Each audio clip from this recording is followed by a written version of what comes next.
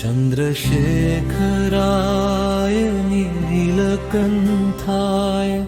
दिगम्बराय महेश्वराय भक्तप्रियाय शिवशङ्कराय तस्मै शिवाय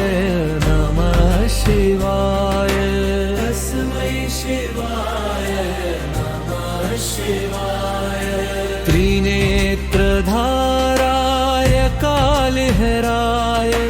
भस्माङ्गरागाय योगेश्वराय विश्वेश्वराय सदाशिवाय तस्मै शिवाय नमः शिवाय